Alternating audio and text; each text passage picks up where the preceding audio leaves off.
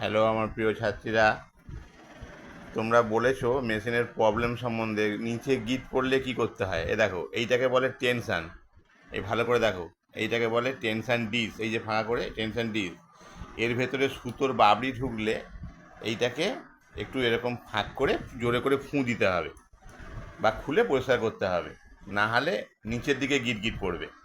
এইটা যদি নিচের দিকে গিট পড়ে তখন এটা বাম দিকে ঘোরাবে। কেমন? যদি নিচে গিট পড়ে বাম দিকে ঘোরায়, বাম দিকে ঘোরালে লুজ হবে।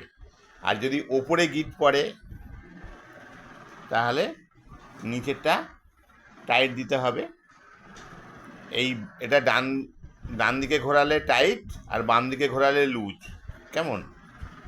যেদিকে লুজ হবে তার বিপরীত দিকে গিট পড়বে, এটা মাথায় রাখবে। এটাকে বলে টেনশান।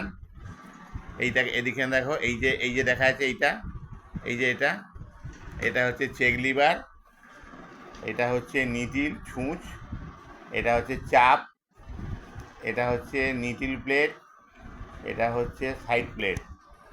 কেমন? তোমরা আরও কিছু জানার থাকলে আমাকে কমেন্টস করো, আমি তোমাদেরকে বলে দেবো।